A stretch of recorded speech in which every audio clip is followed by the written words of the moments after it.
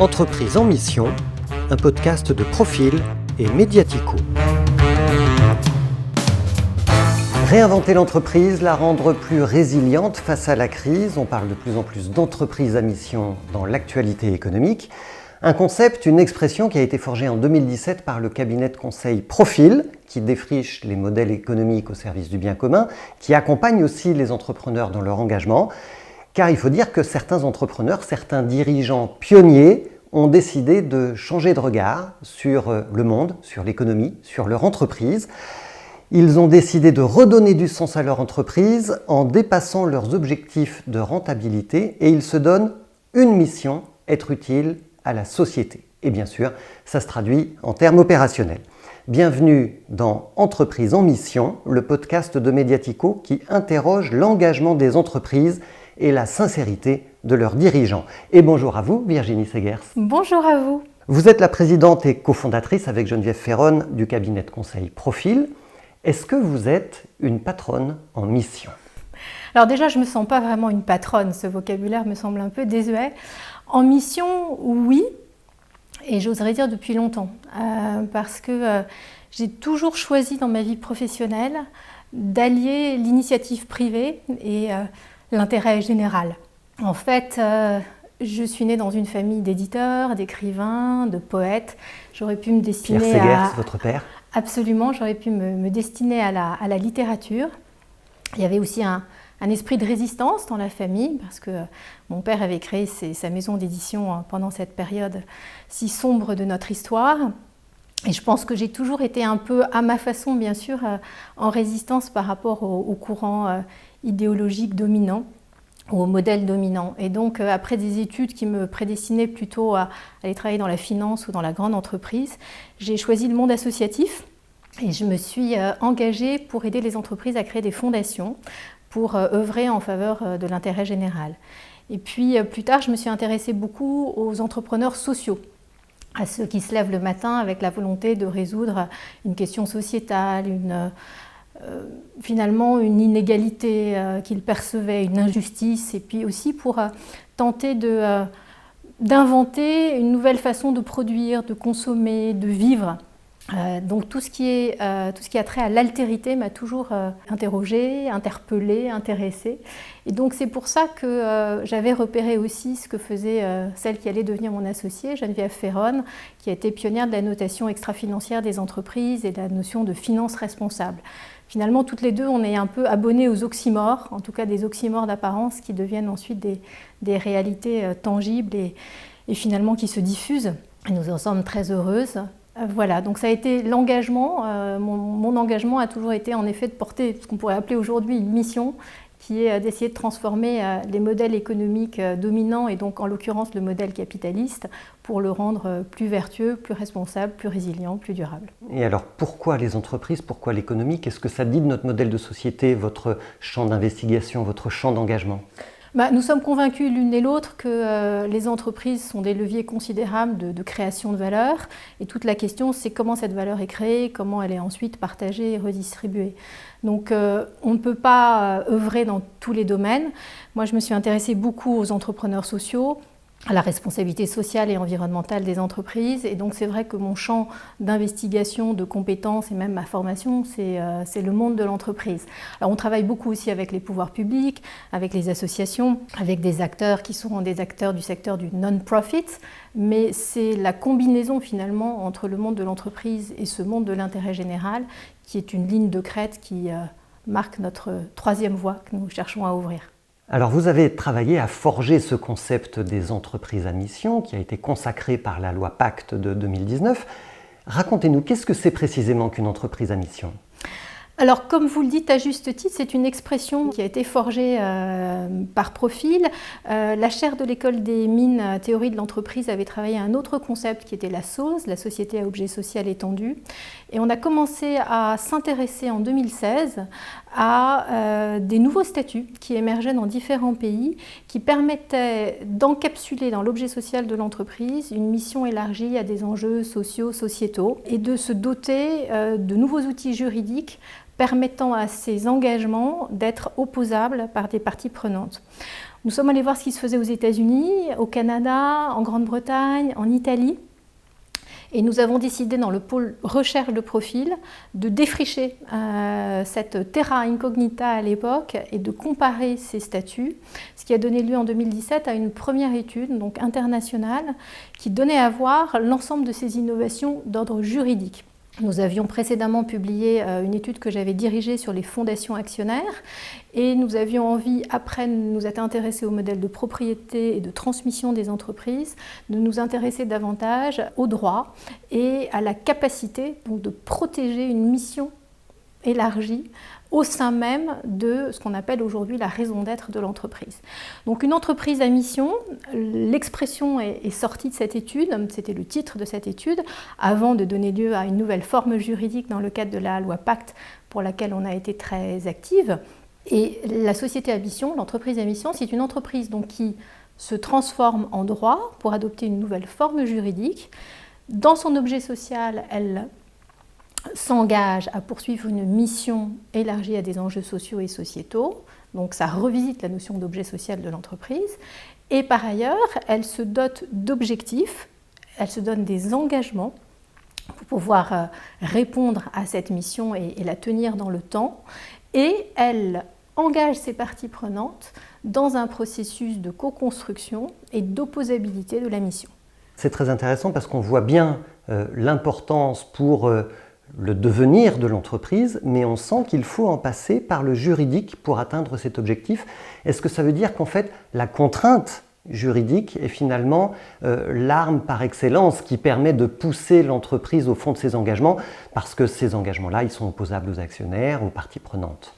Pour nous, ce qui était très important, c'est d'aller justement dans le dur, j'oserais dire, d'aller du côté de la finance, du côté des actionnaires, du côté de la propriété et évidemment du droit. Malheureusement, la RSE ne touche pas les transformations juridiques. La contrainte du droit fait que uniquement les actionnaires et le pouvoir souverain peuvent prendre cette décision de transformation en société à mission.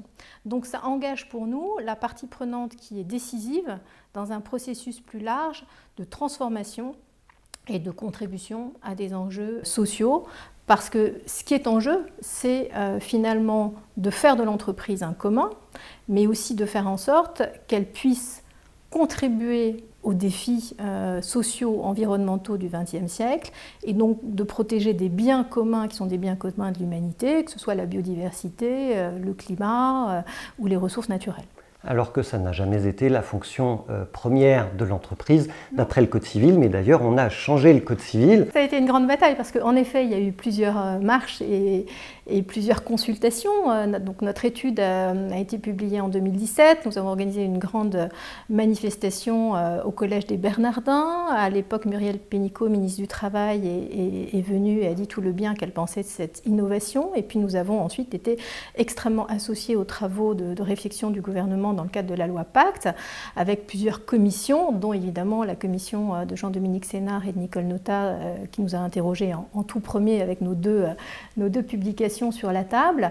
Et assez vite, nous nous sommes rendus compte qu'il y avait une première marche à franchir qui était en effet, après 2 siècles finalement d'inertie et de statu quo, de réformer le Code civil qui, datant de 1806, avait un petit peu besoin d'être dépoussiéré et qui considérait finalement l'entreprise comme déjà une société. Enfin, l'entreprise n'existait pas en droit, mais c'était le contrat de société. Le contrat de société était perçu comme finalement étant là pour répondre aux attentes exclusives des associés, dans l'intérêt exclusif des associés. Or, évidemment, l'entreprise est un corps social, est un collectif et qui a une vie et des externalités qui vont évidemment bien au-delà de ce qui peut seulement toucher les associés. Donc réforme et dépoussiérage du Code civil, ce qui était un enjeu symbolique extrêmement fort, avec des débats qui se sont cristallisés à ce moment-là.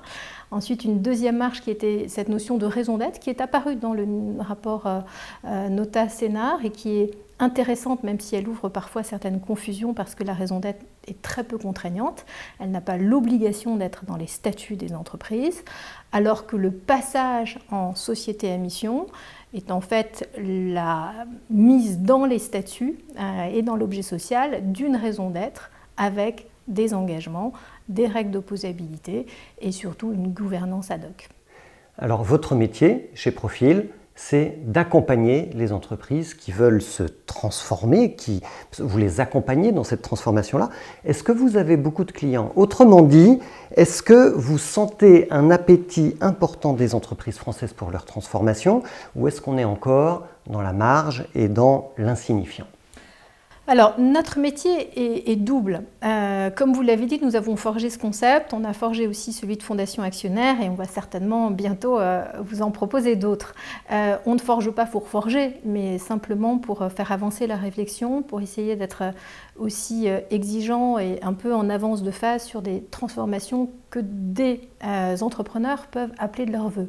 Que si je me permets une petite parenthèse, la notion de société à mission qui s'appuie donc sur des innovations juridiques nées notamment aux États-Unis avec 3 statuts différents, sont des innovations qui n'ont pas été portées par la société civile ni par des avocats ou des juristes en mal de nouveaux statuts, mais par des entrepreneurs qui en éprouvaient non seulement l'envie, mais l'impérieuse nécessité pour protéger cette mission face à des transformations qui sont une introduction en bourse, un changement d'actionnariat, etc., qui auraient pu menacer dans la pérennité cette mission.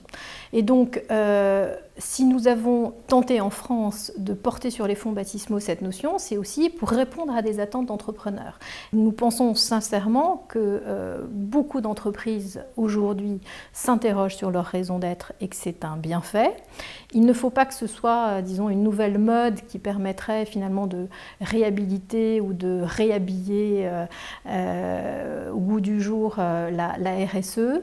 Aller jusqu'à l'entreprise à mission nécessite une transformation statutaire et donc une prise de conscience des dirigeants, des actionnaires et de différentes parties prenantes de la nécessité de transformer le modèle économique pour le rendre plus durable et plus résilient. Donc ça, c'est beaucoup plus contraignant. Il y aura moins d'entreprises qui iront.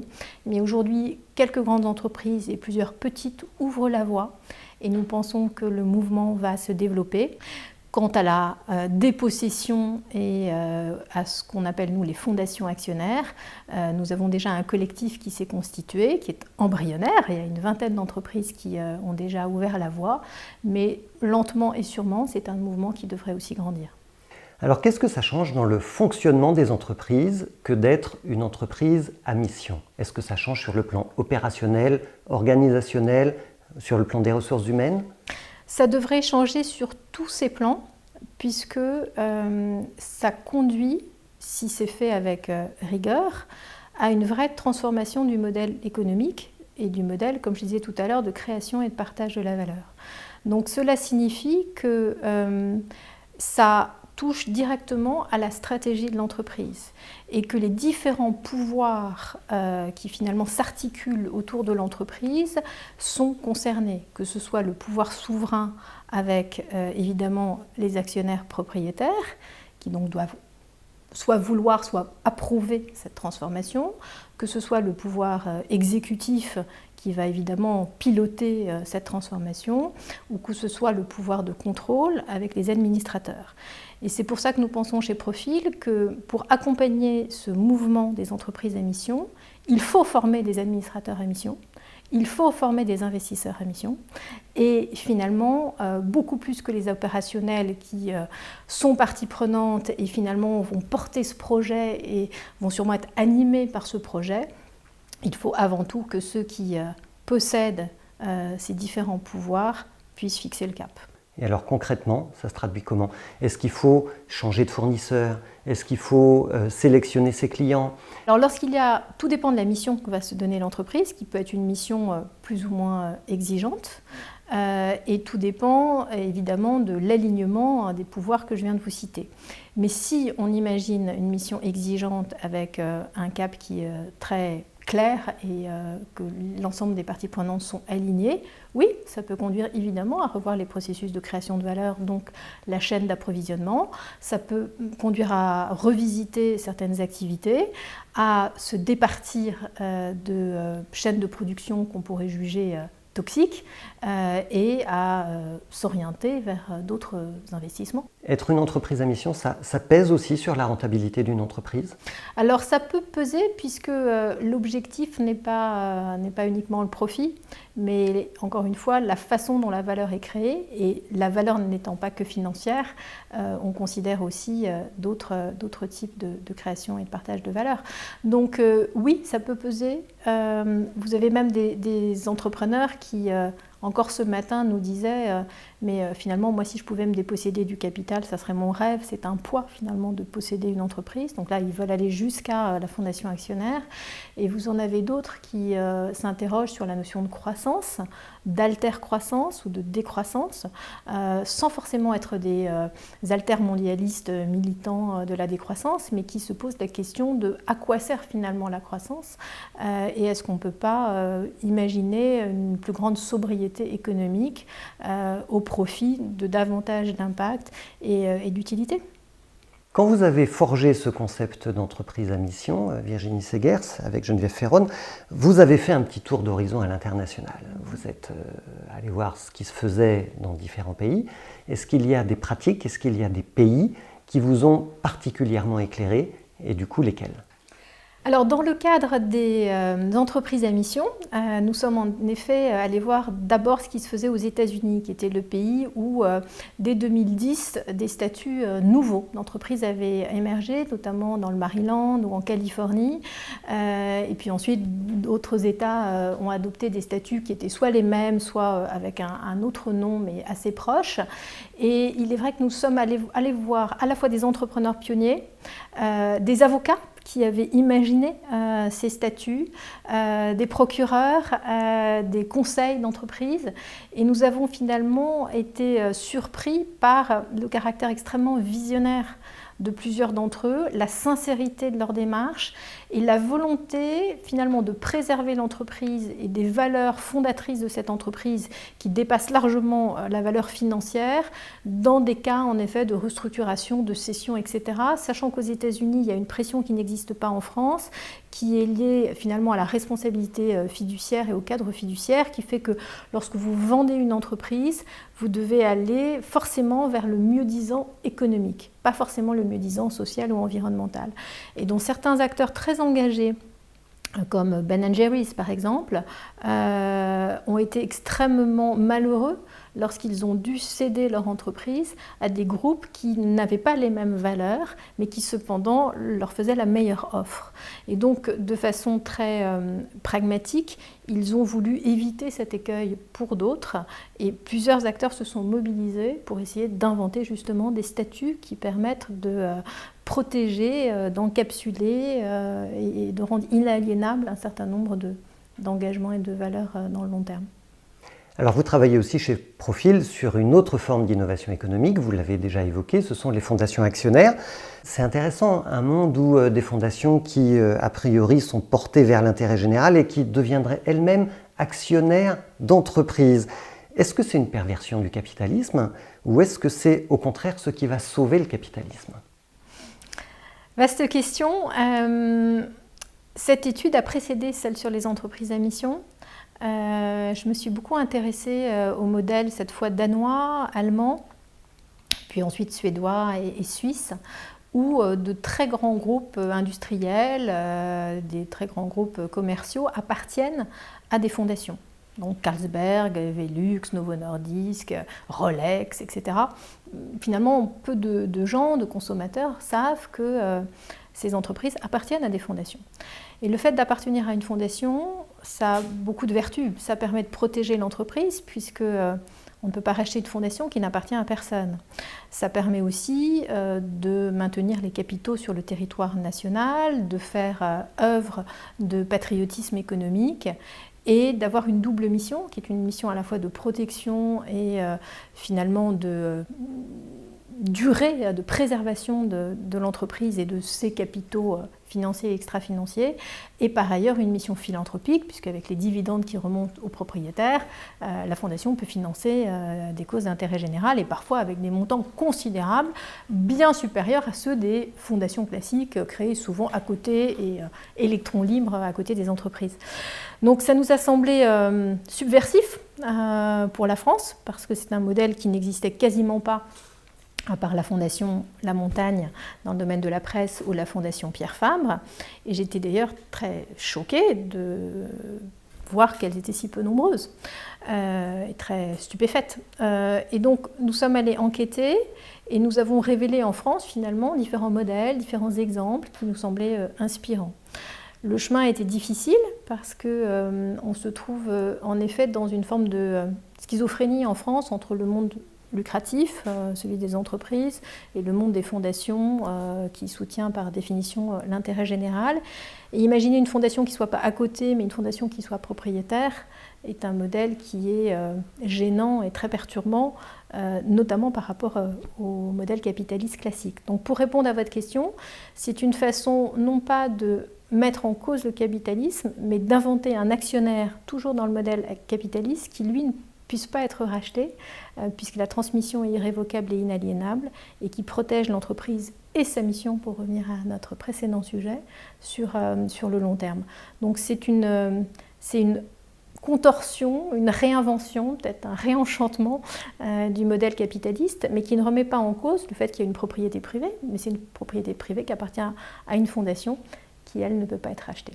Comment vous regardez, par exemple, le projet de Libération, d'être repris et protégé par une fondation actionnaire? Alors, la presse est un secteur qui est extrêmement concerné par le sujet, parce que, comme vous le savez, la presse elle-même est un allié, un acteur évidemment crucial dans une démocratie.